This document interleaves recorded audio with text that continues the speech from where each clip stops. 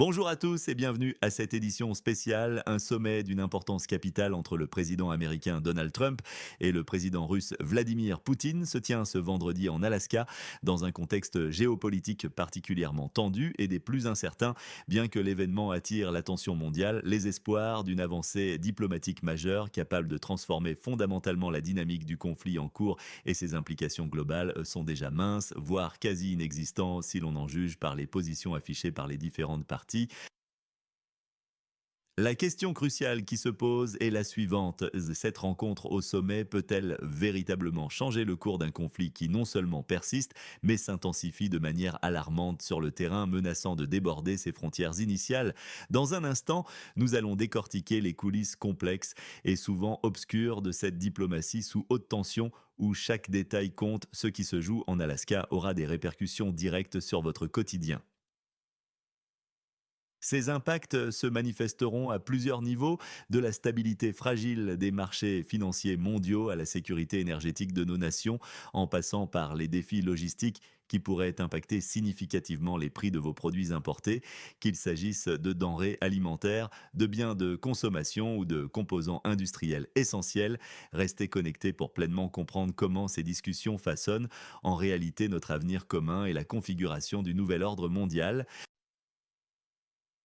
Cette rencontre bilatérale très attendue entre les présidents Trump et Poutine, qui se déroule dans le cadre austère mais stratégique de l'Alaska, fait directement suite à une visioconférence tripartite récente mais fondamentale, ayant réuni le président ukrainien Volodymyr Zelensky, le président américain Donald Trump et le chancelier allemand Metz. Il est notable que les États-Unis aient, avec une intention manifeste, délibérément abaissé le niveau des attentes pour ce sommet crucial. Il le présente non pas comme une plateforme de négociation concrète et substantielle visant à des accords tangibles, mais plutôt comme une simple occasion pour le président Trump d'écouter la position et les doléances du président Poutine.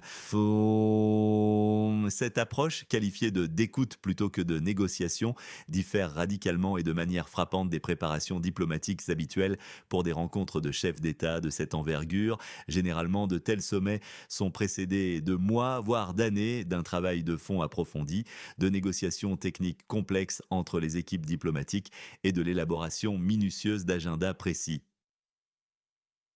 Cette différence notable dans la préparation et la communication suggère une profonde incertitude, non seulement quant aux objectifs réels poursuivis par l'administration américaine, mais aussi quant à la capacité des partis à parvenir à des conclusions concrètes et mutuellement acceptables, laissant planer le doute sur l'efficacité réelle de cette initiative dans le règlement du conflit. Préalablement à cette rencontre en personne en Alaska, une visioconférence d'une importance stratégique capitale s'est effectivement tenue, rassemblant les figures clés que sont le président ukrainien Volodymyr Zelensky, le président américain Donald Trump et le chancelier allemand Metz. Durant cette période préparatoire intense, Donald Trump avait publiquement fixé une date limite impérative, le 8 août, pour l'éventuelle imposition de sanctions secondaires potentiellement dévastatrices contre la Russie. Ce délai, initialement étendu à 50 jours, avait été drastiquement réduit à 10 jours avant d'être de toute évidence ignoré ou repoussé Cindy, témoignant d'une certaine ambivalence dans la politique américaine et de la complexité des pressions internes et externes. Parallèlement, le ministère des Affaires étrangères de la Russie a récemment émis une déclaration catégorique réaffirmant avec force son intégrité territoriale, un point central et non négociable de sa position actuelle et future sur la scène internationale. De son côté, Vladimir Poutine avait défini de manière explicite et publique les exigences fondamentales de la Russie le 14 juin de cette année, qu'il considère comme absolument non négociables et définitives, marquant ainsi une ligne rouge claire pour toute discussion future sans possibilité de compromis. Sur le plan militaire, la situation sur le terrain s'est dégradée de manière alarmante et continue sans répit, avec des mouvements rapides des forces russes. Des avancées russes significatives et d'une rapidité préoccupante ont été enregistrées au nord de Pokrovsk, une ville stratégique dont la chute briserait ce qui était jusqu'alors décrit comme la dernière ligne de défense opérationnelle de la région de conflit, une perte aux conséquences tactiques majeures. Cette percée Militaire, si elle se confirmait, ouvrirait des brèches majeures et potentiellement irréparables dans le front. Ces mouvements menacent désormais directement et sans équivoque l'ensemble du front Est, en particulier les oblasts durement touchés de Donetsk et de Luhansk, mais également la progression potentielle des forces russes vers d'autres villes d'importance capitale pour l'économie et la démographie du pays. Des sources non confirmées, mais persistantes et concordantes, rapportent avec inquiétude que les forces du pays, à un carrefour acculées et soumises à une pression immense, auraient été contraintes de déployer leurs dernières réserves stratégiques pour tenter désespérément de contenir cette offensive russe implacable, signe d'une situation défensive critique et d'une raréfaction des moyens et des hommes. De plus, l'utilisation massive et intensifiée par la Russie de bombes planantes, ces munitions guidées d'une puissance dévastatrice et d'une précision redoutable, dans cette zone de combat aurait plus que doublé au cours de la dernière semaine. Cette augmentation exponentielle de la puissance de feu a non seulement accru l'intensité des combats à des niveaux sans précédent, mais a également considérablement augmenté leur létalité pour les troupes défensives, rendant les positions vulnérables et difficiles à tenir. Enfin, des discussions encore officieuses mais de plus en plus récurrentes au sein des cercles d'analyse militaire et diplomatique évoquent même la possibilité, jadis impensable pour la Russie, de prendre le contrôle des oblasts stratégiques d'Odessa et de Kharkiv. De tels développements changeraient radicalement et de manière irréversible la carte géopolitique du conflit, avec des implications majeures et incalculables pour l'accès du pays à la mer Noire, son potentiel industriel vital et sa souveraineté même. Initialement, le président américain Donald Trump, animé par une volonté affirmée de marquer l'histoire et potentiellement d'assurer sa réélection à la présidence, avait publiquement exprimé l'espoir qu'un cessez-le-feu immédiat et durable, ou mieux encore, un accord global et spectaculaire permettrait de mettre un terme définitif à la guerre. Cette issue lui aurait offert l'opportunité de revendiquer un succès diplomatique majeur, le positionnant comme un pacificateur mondial d'exception.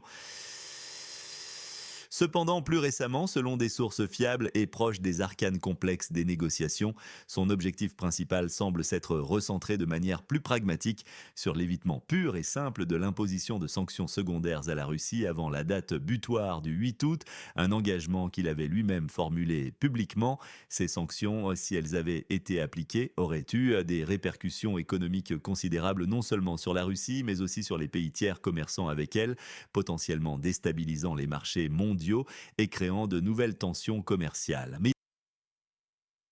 de son côté, selon les déclarations explicites du président Zelensky, Donald Trump aurait clairement et sans ambiguïté soutenu la position inébranlable du pays de changement lors de la visioconférence tripartite. Cette position, maintes fois réaffirmée sur la scène internationale, inclut des points non négociables: la participation indispensable de la nation à la table des négociations en tant que partie prenante souveraine et égale, l'absence absolue et ferme de concessions territoriales de la part du pays envahi, et l'exigence catégorique qu'un cessez-le-feu immédiat et vérifiable précède toute discussion de fond sur les garanties de sécurité nationale.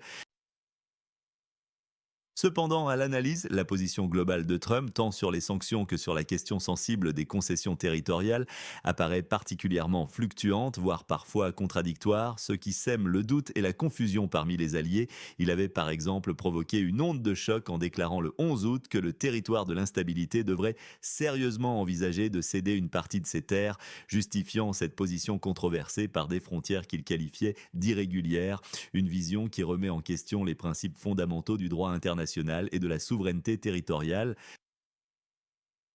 Puis, juste avant cette rencontre en Alaska, des rapports concordants et dignes de foi ont indiqué qu'il aurait menacé Poutine de sérieuses conséquences, notamment économiques, diplomatiques et stratégiques, s'il ne mettait pas fin au conflit de manière décisive. Cette menace laissait de nouveau entendre l'imposition imminente de sanctions bien plus sévères et ciblées, en contraste flagrant avec son objectif précédent d'éviter les sanctions.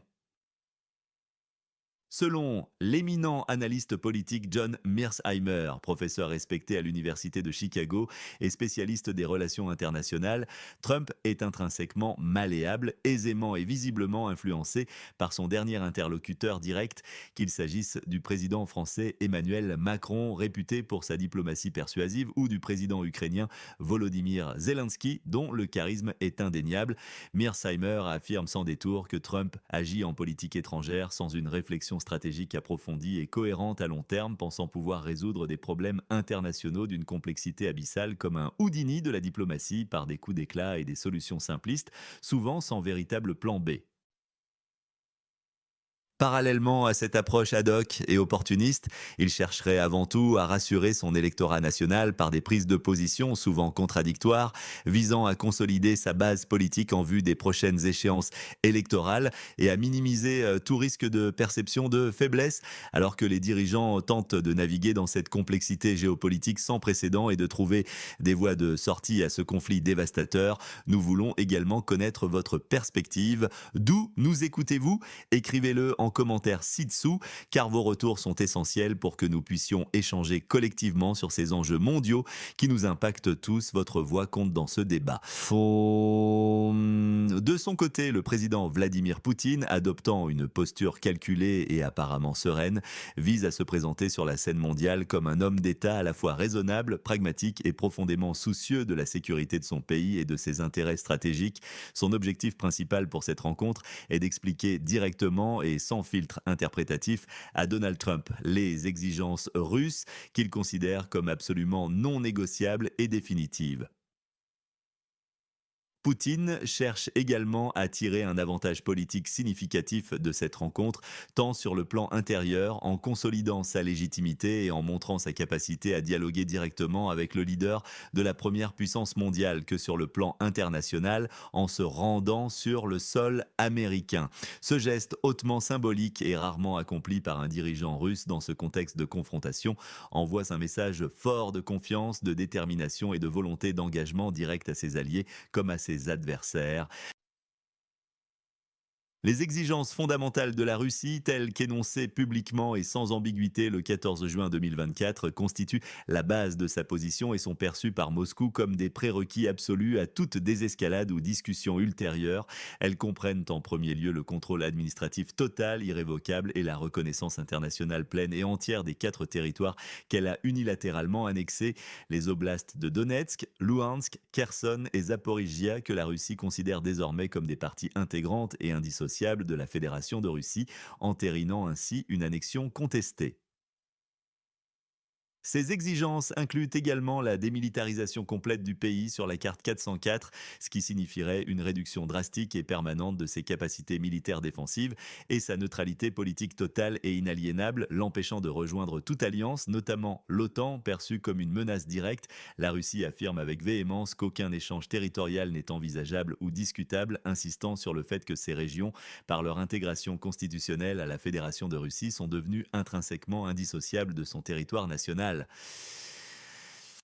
De plus, Vladimir Poutine a été catégorique. Aucun cessez-le-feu ne sera accepté ou même envisagé tant que ces exigences ne seront pas pleinement et inconditionnellement satisfaites, soulignant une approche militaire qui prime sur la diplomatie en l'absence de concessions. Le ministère russe des Affaires étrangères a à plusieurs reprises et de manière très ferme clairement indiqué qu'une attente, quelle qu'elle soit, d'un échange de territoire serait décevante et irréaliste, puisque l'intégrité territoriale de la Russie, telle qu'elle est définie par ses propres lois et sa constitution, est, selon ses déclarations répétées, inscrite dans sa constitution.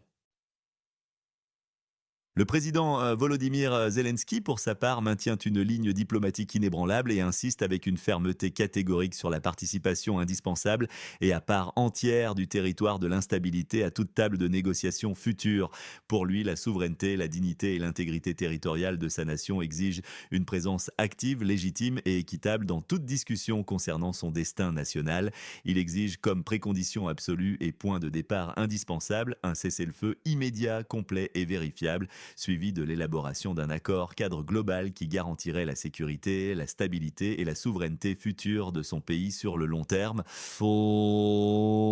Zelensky affirme avec la plus grande détermination que la reconnaissance juridique des territoires actuellement occupés par la Russie est un point non négociable et inacceptable, en totale contradiction avec le droit international et la Charte des Nations Unies. Il martèle que le pays sur la carte 404 ne cédera aucune portion, même minime, de son territoire national, considérant toute concession comme une trahison des sacrifices consentis par son peuple. Avec confiance, il a également affirmé que le président Trump était en parfait accord avec sa position lors de la récente visioconférence